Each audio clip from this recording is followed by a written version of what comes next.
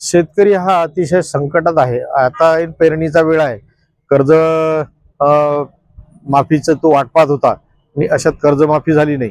कर्जमाफी झाली तर नाहीच नाही, पण नेहमी जे काही संकट येतात, आसमानी संकट, मग वादळी पाऊस असेल किंवा इतर काही हे असेल, तर या संकटात तो सापडला गेलेला आहे। त्याचं कर्ज पहिल्यांदा फेडलं गेलं नाही, नंतर आता कर्ज पुन्हा भेटत नाही, अशा परिस्थितीत तो सापडलेला आहे। सरकारनं कर्ज माफीची घोषणा केली होती, परंतु कर्जमाफी केली नाही। त्याच्यामुळे शेतकऱ्यांनी पहिलं कर्ज तर भरला गेलंच नाही त्यांचं, आणि पुन्हा आता कर्ज भेटत नाही।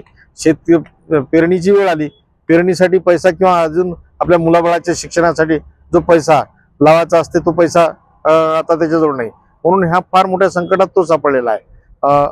त्याचा विमा असेल, त्याचं नुकसान भरपाई असेल, ह्या ज्या काही बाबी आहेत त्या बाबी सुद्धा अजून भेटलेल्या नाही, म्हणून शेतकरी हा आत्महत्येकडे वळत आहे। आत्महत्या करणं काही हा एकमेव उपाय नाही, परंतु शेतकऱ्यांचा धीर खचत आहे।